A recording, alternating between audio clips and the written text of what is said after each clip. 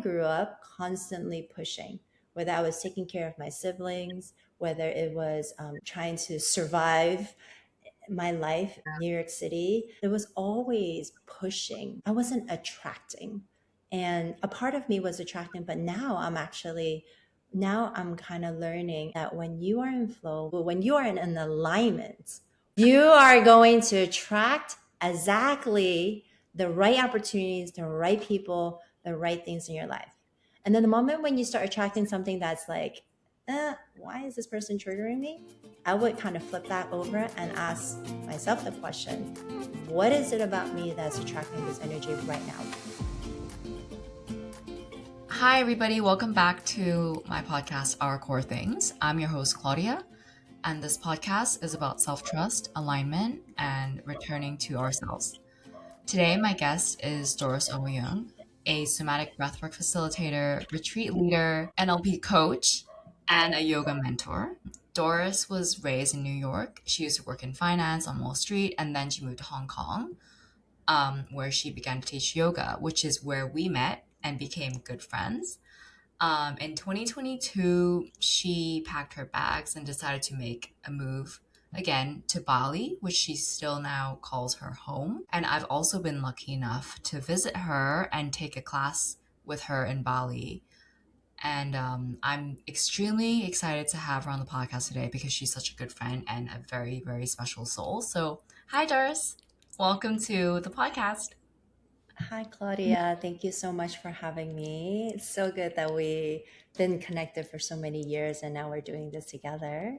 I love it. Thank you. I think we've been talking about this for so long, and I've wanted to speak to you on the podcast for so long because you're just one of those people that I connect with on a soul level. And even though we've been physically apart for quite a while now, I just feel always really connected with you. So it's just so good to have you here. You said in a recent article, like you've had so many different lives, and I just would love for you to give me a summary of your journey from corporate finance to now being a yogi and being a breathwork instructor in Bali.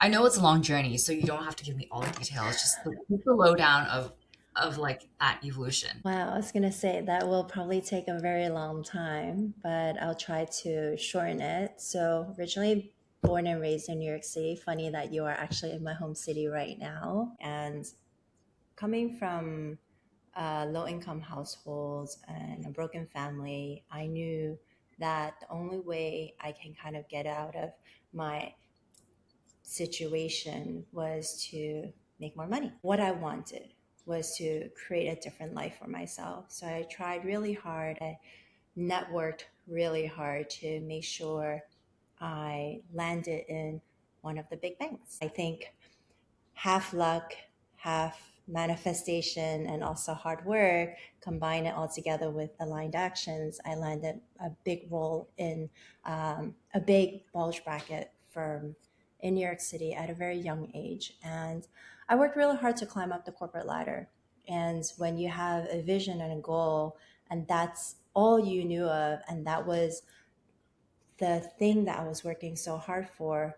But then after spending years and hours in the cubicle doing the work and not feeling like I was connected to my body, not feeling like my cup was being filled, and really feeling like I was working for nothing. I wasn't making an impact, and I burnt out. I was super stressed. I had a near death experience. I was in a really tumultuous time in my life where I was really not in really good relationships with others and myself. And I ended up unconscious for 5 days. I had a near death experience.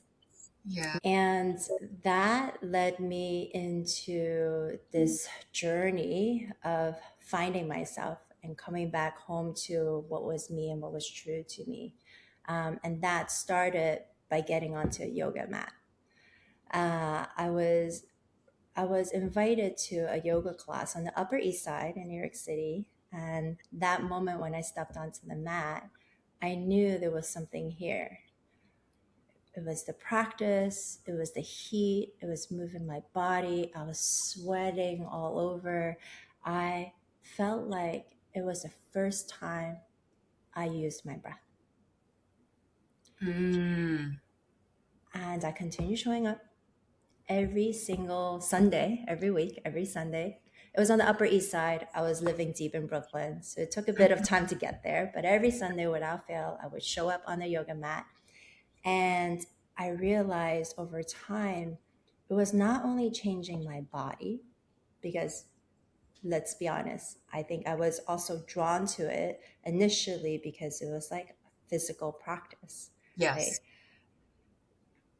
And then I realized over time it was the breath, it was the movement, it was just everything. It was shifting me physically, mentally, emotionally, and even spiritually in ways that I couldn't explain. I was finding the good in things and situations in life and conversations. My relationships with my family and my parents started shifting. And most importantly, my relationship to myself. Like, we weren't taught what self-love is. We weren't even taught what love was. I'm in a Asian family who don't really express love. We don't talk about I love you or anything like that. I had to learn that later. Yeah. And over time I realized that there was something here.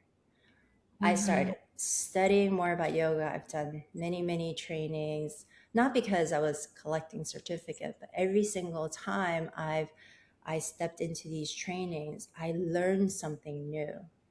I learned something new about life, about people, about myself. And then I started studying breath. I then branched out into the somatics. Then I started understanding more about emotions and what we store in our body. Yes. And it can go anywhere all the way to age 0 when you are still in your mom's womb. Wow. Because your Yeah, mom's genetics and your mom's trauma can also be in you, right? yeah, passed out. And and I then realized, oh wow, now that explains so much more.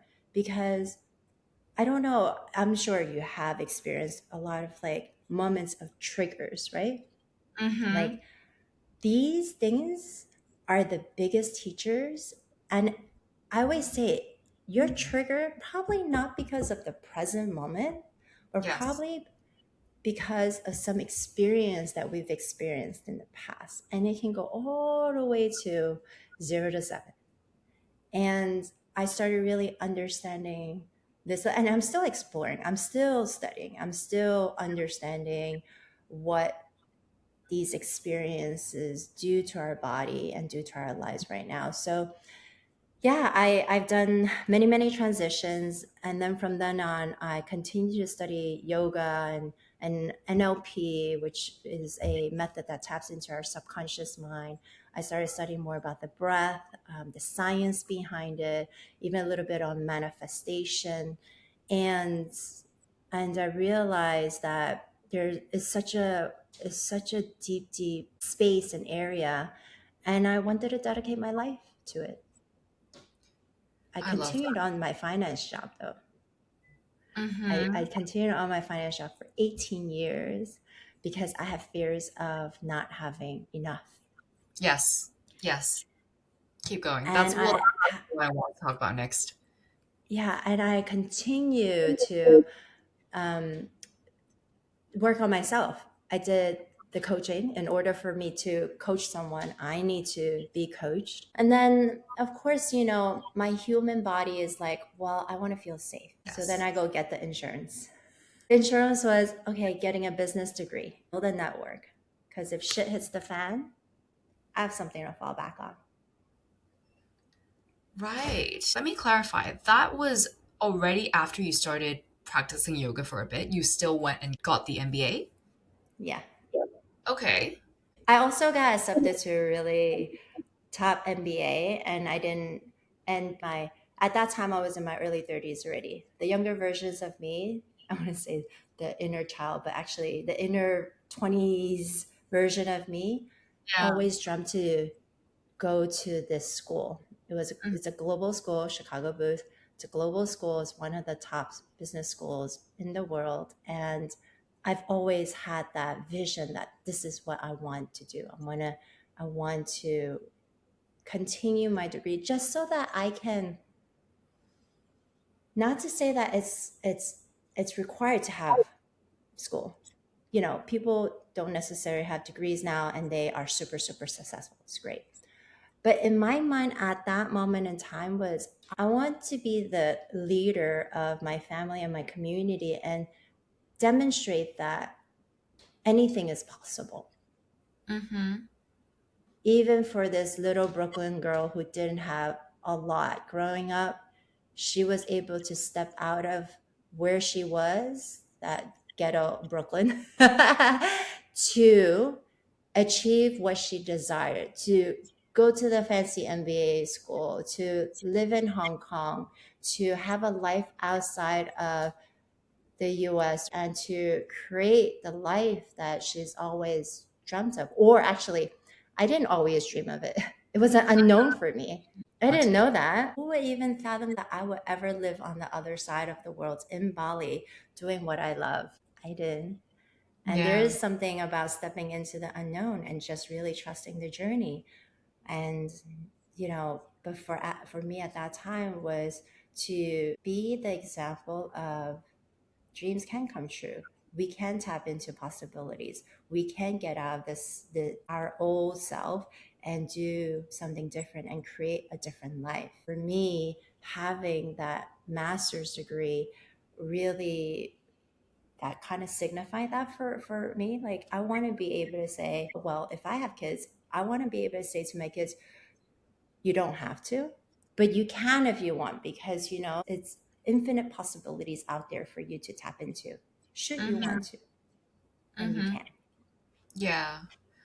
That is just an amazing story, and I'm so proud of you. There is so much I want to unpack there, but I guess what drew my attention was that fear of not having enough. Do you think that held you back from making the decision earlier to just step into the yoga wellness journey? Or do you think that it was because the MBA was still something you wanted and that's why you still pursued it? I want to say that yes, the fear did hold me back in a way where I could have done it earlier, for sure. Absolutely could have Mm-hmm. done it earlier. But would I have been the same person? Probably slightly different. I think one, moving to Asia was probably one of the best decisions I've made in my life. So for those of you out there who's thinking about living in a different country or exploring life in a different part of the world, I say go do it. Don't even think about it, just do it. Agreed. The sec right? The Mm-hmm. second thing is my MBA. I think that that was such a profound experience. I would do it all over again. Wow. One, yes, it was a personal goal of mine to be able to demonstrate to myself that I can go to the top school, rolling with the high rollers and the people who are like super smart and the people that led a very different life than I did. Mm-hmm. And that was my own goal and milestone, and I don't regret it at all. I think that all experiences are not wasted, Yes. because MBA doesn't mean that I need to go stay in a glass box and become a researcher or economist. Yes, the school that I am at is known for, you know, economics and finance, but also it's a business school. And it doesn't mean that if I'm not running a big corporate company or a Fortune 500, I'm not running a business. I'm running my own business. Exactly. You can apply it Yeah. directly to your yoga wellness business right now.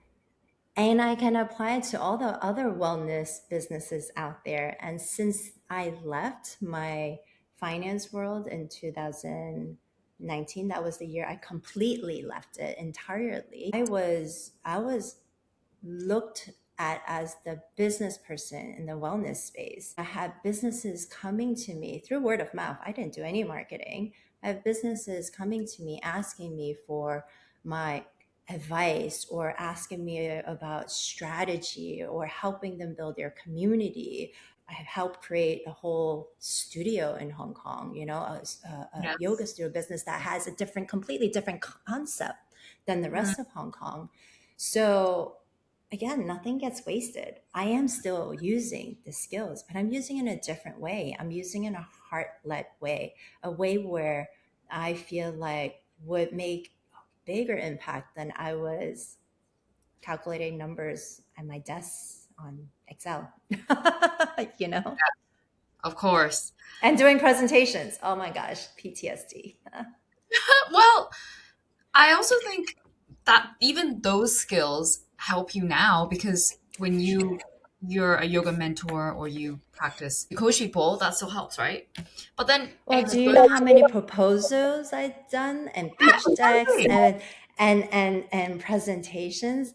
I actually do more of that now than before, but I have to admit that when I do them, I'm like, oh, but I'm also very grateful for the experience because if I didn't have that experience, it would be completely different. Yeah. Um, so then to your point just now about how nothing is wasted and if you didn't do the MBA, you might be a little bit different. I really agree with that. And I see, like, first of all, there's the part about divine timing, which is that maybe you had to do certain things and learn certain things and meet certain 100%. people before you can then come to Hong Kong and share your wisdom. And then there's also just the calling part, which is that even after you did the MBA, like the desire to go to Asia and practice yoga and teach still came back. I think when a calling or when a message keeps coming back to you, I think it's also just such a strong sign that it's something that you need to pursue. Is that like what yoga was for you? It kept connecting with you and it kept coming back despite you diverging a little bit and then doing the MBA. I think that it was always there. So from Yeah. the moment I stepped onto that yoga mat, that was in 2004. That was many, many moons ago. It was always there as a practice, but also as something that I shared. Even before I took a teacher training in yoga, I was sharing, you know, it's interesting because people can feel that energy. It's almost like enthusiasm transferring from A to B. Like I just simply talk about the practice and I was like people are like, okay, we got to try this thing. This thing is changing your life in so many different ways. We got to try it too. So it's always been with me, and it was my sanctuary. It was my me. It was a tool for me to move through life. I was Yeah. still in New York back then, and I was still in finance. So I think my journey would have been different if I didn't have that anchor. I didn't have my yoga mat, my breath to anchor myself moving through the journey. Now, when when I finally took the teacher training, I took multiple, but the second time I did a teacher training in 2014, I pretty much started teaching right away. I didn't do it full time, but I did it part time. There was a slight shift. Instead of just being on a yoga mat and just teaching, I was out there connecting with almost every single wellness individual in New York City, every single teacher, everybody who was in the wellness space. I didn't know what that really meant, but there was a desire to know Mhm. more. I had a huge curiosity to understand, people's journey, understand how they landed where they are. Like I have a genuine curiosity for people's journey and also how we make decisions as human beings. So like I started really building that even during my business degree. Like nothing stopped. It continued on. And you're Mhm. right about divine timing. So many different pieces had to come together at that time for me to say, okay, after 18 years, it's time for me to step away. It's time for me Mhm. to try this thing out.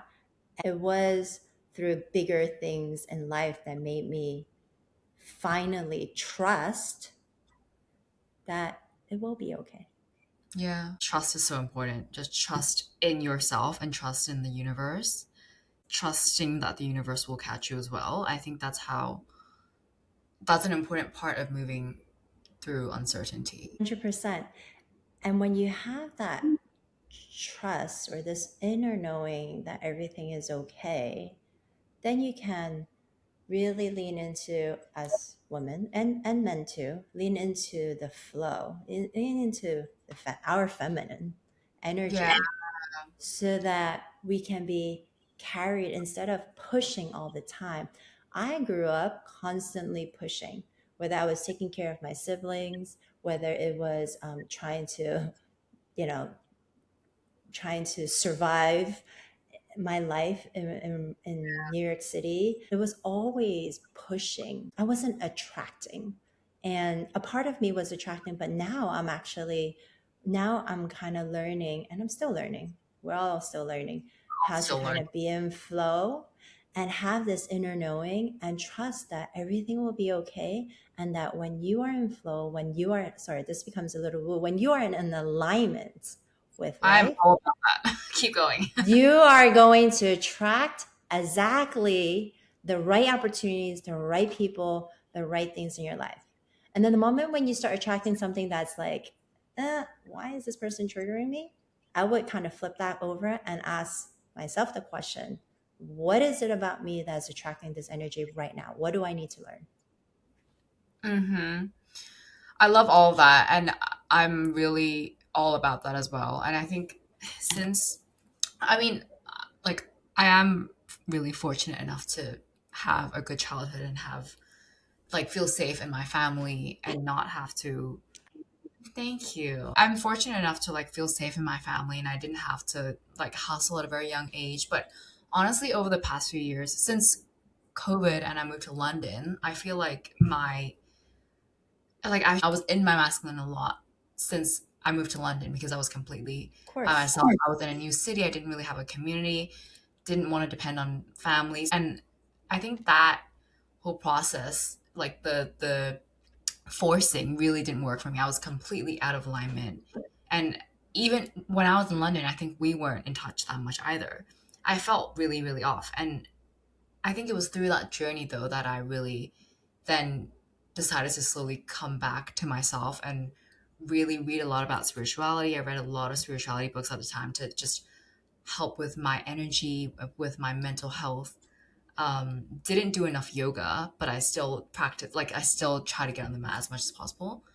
And then, yeah, I think slowly as I got back into alignment and reconnected with my own intuition, I got back into my feminine more as well, and everything seems to flow a lot more. And Mhm. when you talk about alignment, I really resonate with that because it's not just about forcing. Because if you are that, then you'll attract what needs to come to you. So I think that's what I've learned as well, and of course I'm still learning, but I think being in alignment is so important. That's also a reason why I started our core things and why I called it this, because I think we're all on a journey of like returning to ourselves and coming back to ourselves again and again. Um, and so I'm always inspired by other people's stories and yours as well, obviously. So then right now I want to hear how your definition of wellness evolved since you first stepped onto the mat, because that was, you said, 2014, and you've practiced and taught so many years, and then now you've like 2004. 2004. But okay, I'm old. I'm old. you look like you're my age, although people also think that I look 25, but you You look, look very young too. Yeah. I know. Sorry. Since 2004, when you started your yoga journey to now, I would love to hear how the definition of wellness has evolved for you and what it means to you now. Yeah, and it kind of leads into what I do now too. When I first stepped onto the yoga mat, it was very much physical health, right? Like it was what attracted me to it. I was Yeah, I went through a whole journey of yo-yo dieting. I tried every single diet in the menu, by the way.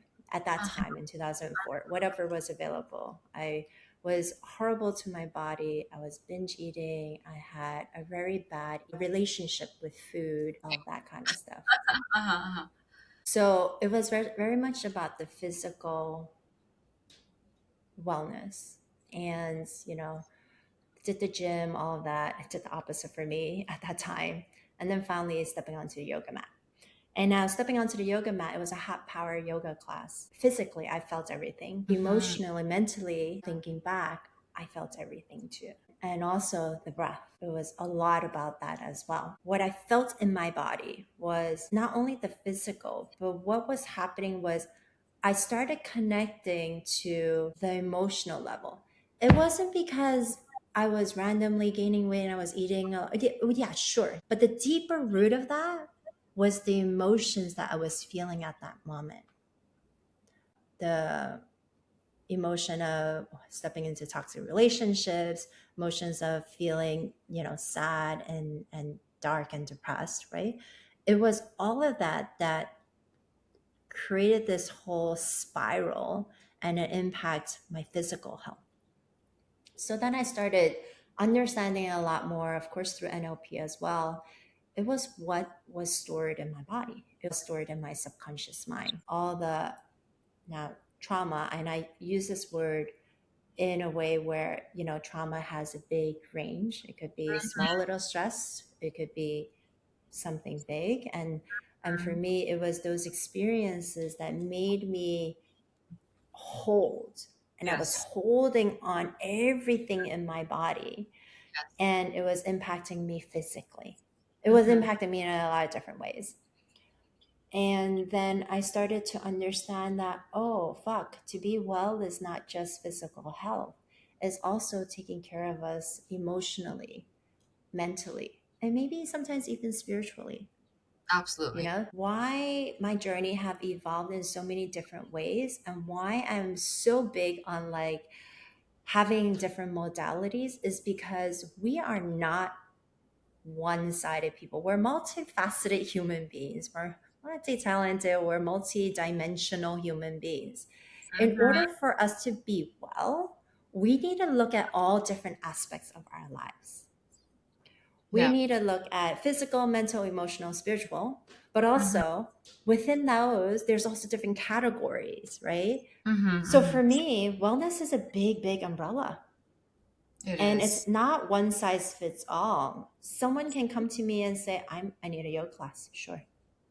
Someone may come to me and say, actually, it's something that I'm moving through emotionally, or they may not even know. And so Mm. that's why yoga is so beautiful, is because people come in for physical practice not knowing that it's impacting them emotionally and mentally, because we're connecting somatically. And when we're connecting somatically, we change our physiology, we change our state of mind. Yes. That's from Tony Robbins, by the way, and he was a big, Wow. big inspiration in my journey as well. Mm-hmm. Yeah, I just want to say that's what I love about you and your practice because you're so creative and you're so multifaceted in that way that you are just open to combining and integrating different, not just yoga modalities, but other modalities into to inform how you coach and help and support the people you help. So, like, I think sometimes, especially when it comes to yoga, some people can be very strict about it. Like, if you are practicing this, you should practice this. And we had this conversation a while ago about how we're both sort of in human design. Are you a manifesting generator? I'm a generator, You're a three generator. five. Right. I'm 5'1". But I feel like we're both Oh, we have the five together. five. Okay, we need to look into this. We're both so Separately. so I can't remember what one is, but I think five is that we were supposed to take what we know and we teach it. Yeah, That's why I got it. also you're in the space that you are right now. Mm-hmm. And I love that you, despite perhaps some people saying that you shouldn't combine so many different things and you should just now focus on one thing. I love that you just keep pursuing what you want to pursue and just embrace your multi-dimensional nature, like we all should.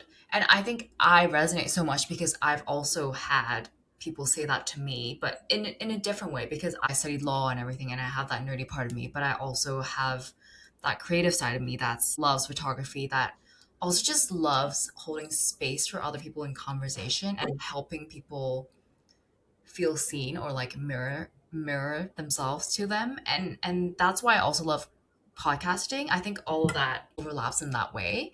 And I think when I was younger, I couldn't really put that together, and I was like constantly almost ashamed that I couldn't focus on one thing. And I was like, oh my gosh, how come everybody else is like so focused and I'm just like this crazy person who's doing all these things? And especially in a city like Hong Kong, right, when everybody decides what they want to do very young and then just keeps going up, it It's just so seems interesting. out of place. Yeah. Yeah, it's so interesting as you're sharing this. It brought me back to when we first met. You were that young self, and I Yeah. remember that. I'm old. You're like Doris. I go to? I'm thinking about going to London. I'm gonna do this, and then photography and yoga and da da da da da. I was like, oh, What did you say? I, I love You it. I didn't know what I was doing. No, but the thing was that you were in a phase of exploration, Yeah. right? And I think that's beautiful because for me, I went through a lot of that. So Yeah. to witness you kind of move through this journey that you're moving through right now is, I mean, it's an honor, and it's also really beautiful to see. And I think you're starting to see that it's coming together. Yeah, yeah. I think it always does. I think we are given these talents and these abilities, but like these talents and these passions for certain reasons, and it will weave together in a certain way. But we also need to be open and patient sometimes and not rush the process. Like seeing you doing what you do has also inspired me to embrace being multidimensional and not feel bad about not focusing on one thing, because I think that's what I think it's important, like in this era right now as well, to be Especially with AI. exactly like we need to be fully authentic and be able to do different things, because otherwise we'll just be like photocopies of each other, and it really doesn't work. Mhm. So you were talking about how wellness now involves and incorporates a lot of things for you, and then how you integrate different practices depending on who needs what. But then I'm sort of interested to hear about what are some of the common patterns you see in women in their maybe late 20s to mid 40s. Like, are there any commonalities that you see? What have you learned from these people? That's such a really good question. And yeah, I'm 45, turning 46. I see women coming into the studio, coming into my containers, or coming into my retreats. It's all very similar. And people always say that you will be, if you're a coach and you are in the place of serving, you will be serving the people who are younger versions of you. Yeah. And I genuinely attract a lot of women, and the women who comes across this space, I witness them and I'm like, oh my gosh, this is like me yesterday, me a couple years ago, me a month ago, me 10 years ago. And a lot of it is actually related to the topic you are actually talking about during this period of time. Self-trust is Hmm. trusting ourselves. It is trusting not only ourselves, but trusting the journey. Yeah. Confidence, so that's also related, confidence, and a lot of imposter syndrome, Yes. which is, real. Like people experience imposter syndrome, especially women. It is a higher percentage in women Yeah. than men. Statistics say it's anyway. And then also the more recent one, and maybe because I'm going through that, is using their voice. Same. Somehow along the way, Hmm. we were robbed of our voice, whether it's a parent telling us not to be so wild, you're too much, or maybe a partner who may have said something that made us feel like we need to shrink our voice. Mm. It's all, yeah, it's all very related. Like also the fear of being seen, staying small, all of that. Yeah, yeah. It's all So, really fear of being seen is another big one that I've been seeing a lot recently too. And it's crazy. It comes back to the trust. It comes back to trust. It's coming back to trust and safety. I almost mhm, feel like my recent evolving thing that's been showing up for me is safety. yeah. That number one thing can change everything else. We need to be so solid in what we feel safety, Mm-hmm. which is the inner work. We're not going to seek externally for safety. It's actually from within. Mm-hmm. And we need it to be so solid that we will exude this unwavering confidence that everything will be okay. Mm. We need to trust it before we see it. I think that's the hard part, right? Because you just don't have that certainty. Yeah. Either or, some may need to see it, feel it, and then trust it, and it's just this constant dance. And Mm-hmm. I think this is really hard to teach because Yes. it's something that is stored in our subconscious mind, which Mm-hmm. is the mind where research says rule 95% of our decisions, it's stored experiences, beliefs, etc. And sometimes we don't know what is stored there. And the beauty, and this is why I'm sort of double downing in this work, the beauty about breath work, somatics, and NLP is Mm-hmm. that we start to tap into the subconscious mind. I don't need to take you or my client back to the time when that thing happened, that experience happened, that trauma happens. We just work through whatever is there through the breath, through the movements, and through NLP coaching, which is more of the subconscious mind stuff, right? And hopefully we work through the root of it so that we then can step into this wholeness of self trust and safety. All these other things that are kind of floating around will kind of make sense or disappear. Mm. Yeah. So, and it's weird because it's like, okay, do you have like a practical formula to actually kind of get there? I was about to ask that, but I don't know if that's like something that's feasible. I know it's always a process and a journey, and it's different for everybody. I say breathe. Breathe. Find a breathwork class, come to Bali, just breathe, do the work, do the research, understand yourself, excavate this vessel, excavate the mind, ask the self the question. Journaling is also a great tool. And then I think the biggest thing for me more recently is the breath. We have this breath that's been with us since the beginning of time, and it's going to end with, at the end of the time, it's going to be with us the whole time. But we don't use it enough. And it's the direct connection to your autonomic nervous system, this operating system that's running behind your thoughts. And if we can just lean into the breath a little bit more, coupled with all these other tools, I think that we will be able to kind of remove the noise, the mind chatter, peel off the layers of the onions so that we can tap into our core and come back home to ourselves. Mm.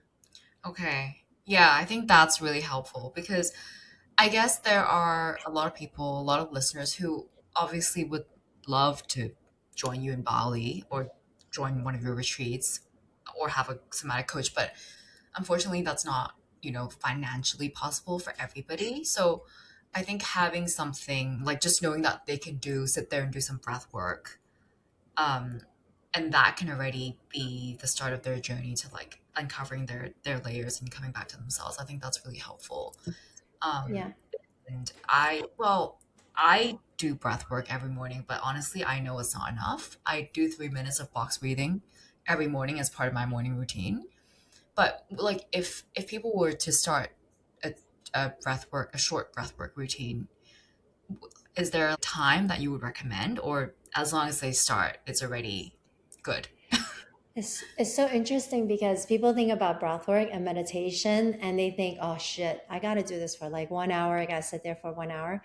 Honestly, if you are starting from scratch, the fact that you're doing 3 minutes of it is already amazing. So really give yourself that, right? I mean, you can do breathwork in 1 minute. Ground Yeah. your heels down into the earth, take a bigger stance, take up space. Maybe take one hand to the heart, one hand to the belly, and just take 3 breaths in. So inhaling Mm-hmm. and exhaling out. Okay. And that simple movement,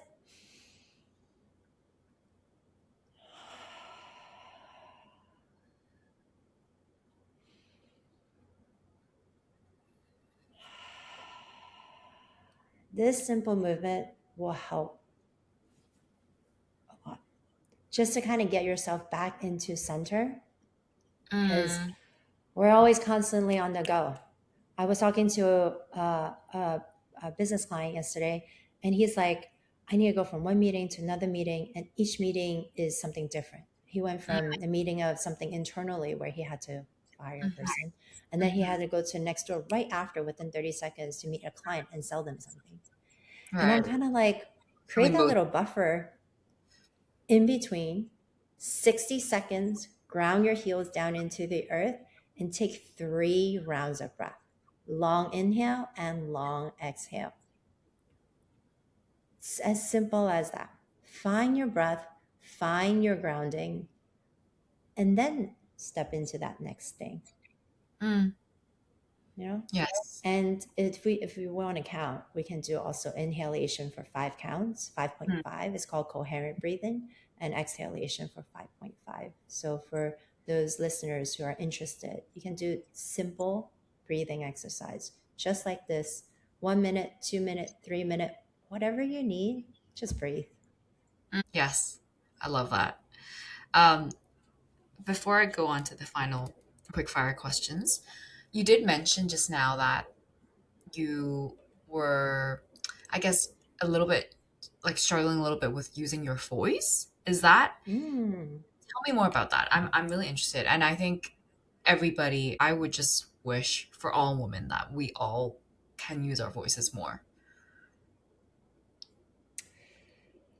You know what's interesting? I don't know if it's okay. It's a lot of women, Mm-hmm. also a lot of Asian women. I agree. I agree. I mean, I think it's a mixture of culture, like And tradition. culture, education as well, maybe. Yeah.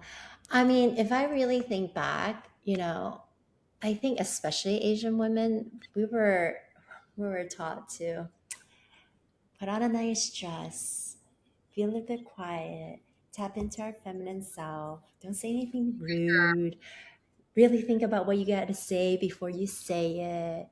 And and I remember, and I've worked through this through I basically NLP'd myself, and I Mhm. walked through my timeline of like, when was that first ever memory. So our Yeah. timeline, our human timeline, is like almost a timeline like history.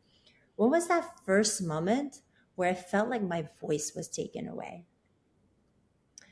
So I grew up taking care of my siblings at the young age of 8. And I come from a family where there was a stepfather and there was a mom. And we all have different last names because mom's maiden name, my stepdad is a different name. And then my last name is different because. And I didn't realize at that very young age, I was like maybe like actually 8 at that time. And then someone, I guess a business client, came in and asked us for our last names. So my mom was like, oh, my last name is Wong. And then my stepdad's like, my last name is Chu. And then I thought it was fun. I was like, my last name is Au-Yeung. Right? Oh my God. I got the biggest bitchin' of my life. Oh My no. stepdad and my mom yelled the shit out of me, and they punished me for it because it's embarrassing. In the Asian culture, it's embarrassing that I'm not the child of this man. I get that, but it's also not your fault at all. If anything, it's their fault. They they don't care. Yeah. I just embarrassed the entire family. Mm-hmm. So then I got punished for it. And I mean, I went through a time period where they changed my last name. I was going through an identity crisis. I'm like, what is this? I don't understand. I knew that I just got yelled at for using my voice. Mm-hmm. And that's it. My voice got taken away. So that ever since that very one time, anytime I use my voice, I had to be very mindful. Mm-hmm. Yeah. Should I say this? Should I say this? Can I say this? Not Like you're very, sure. very vigilant, just overthinking in your head, right? You just doubt, like you Yeah. don't even trust yourself to say the right thing. And I like to be quite chatty most of the time. Like I like using my voice, but I find myself in public settings, especially public settings, when there's a person outside coming in, I I shrink my voice. You So I've been shrink it. working on it. You Mhm. shrink it meaning you lower your voice, or you just don't talk as much. I don't talk as much, or I don't talk what I want to say. And I overthink what I want to say. that's with anybody, or with only with people who Usually know. public. Public, as in friends as well. If they're close friends, I think it's okay. Mm-hmm. But when they're friends and then there's another stranger coming in, or if Okay. I'm not sure about this crowd, like I I'm mindful of what I share. And that was like sort of through my life. And then what I realized, once I realized that I was doing that, I had to do a lot of work through it. And I'm going to tell you, till this day, I'm still working through it. Mm-hmm. Like, oh, wait, Yeah. maybe I'm not supposed to say that. But then Yes. I'm also like, I'm from New York City. Like, I want to say what I want to say. But then I Uh, realize sometimes the things that I say may offend someone or this or that. And then my childhood memory comes back into play. And then all of a sudden I'm like, quiet. yeah. Yeah. That definitely requires a lot of inner work and Yeah. whatever. Does somatic Mhm. work help with this? Mm. So, and why I'm sharing this story is because one, you asked a question, and two, also Please because go ahead. I think a lot of women, Asian women, experience this type of, maybe not exactly the story, but we're always told to, you know, be mindful. You want to say Yeah. nice things or kind things, or whatever, Affect you know? family space. It's all about face, culture, shame. Yes. In in Asia, your family name comes first before your actual name. So that already says a lot about, Oh my God. Yes. yeah, Yes. And experience. Not like that, but it also mattered a lot what I said, and I would get in trouble for saying the wrong thing. And I'm also right. the eldest daughter, so I think that that resonates. 100%. And of course I'm still working through, we're always going to be working through that journey, and there were going to be some moments where these patterns come back, and you just got to catch them and recognize that these are the patterns, and then continue to just step into this, what feels like uncharted territories. And then Mm, as you build those little habits, as you kind of demonstrate that it is okay and safe to use your voice, then you become safe, and the charge with that memory, for me anyway, becomes smaller and mm, smaller and smaller. And yes, somatics breath work does help, because in somatics we are tapping and shaking it. Somatics, soma, basically means the body experiencing from within, And what we're doing is we're connecting with the body to release any stuck energy that no longer serves us. And in my somatic practices, I actually encourage people to use the voice. I had somebody come in the other day, and we would do these like vagal toning exercises where inhale and then we make sound, ooh, that kind of work, or I'll ask them to scream. So you can imagine how the classes can be. And then actually it's not a she, it was a he. He's an Okay. Asian guy. And he was like, there is something here for me. And then when we started using the voice, I started to feel something unlock. He was like something was shaking right here. And then when he was done, he felt like something was unlocked, and it's almost like a layer of things kind of just like almost like weight was just taken off of his throat. He was like, I feel like I can speak again. And Oh I my was like, touching. this was just on Saturday. And Yeah. then he was like, I need to continue doing this work. Oh my goodness. And so it's a Saturday class that I teach in Ubud, and I guess he lives in Ubud, so he'll start coming. But it was amazing to hear and to witness. So Yes. yes, somatic breath work helps.